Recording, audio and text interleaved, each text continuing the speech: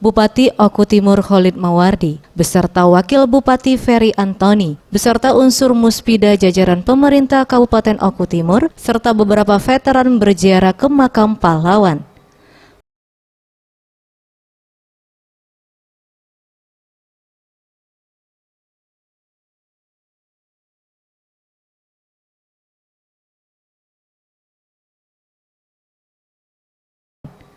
Pak Hadi, salah satu veteran yang ikut, mengatakan ia mendoakan semoga pembangunan yang sekarang lebih baik dan yang akan datang lebih baik lagi.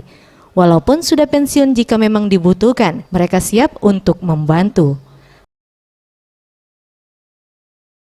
Pada pusat pada umumnya ya mereka masih menghormati. Alhamdulillah. Ya mudah-mudahan kami juga akan mendoakan semoga yang ada sekarang lebih baik, yang akan datang lebih baik lagi. Nah, kami juga walaupun kami sudah pensiun, kami akan akan membantu bila diperlukan gitu. Apa saja.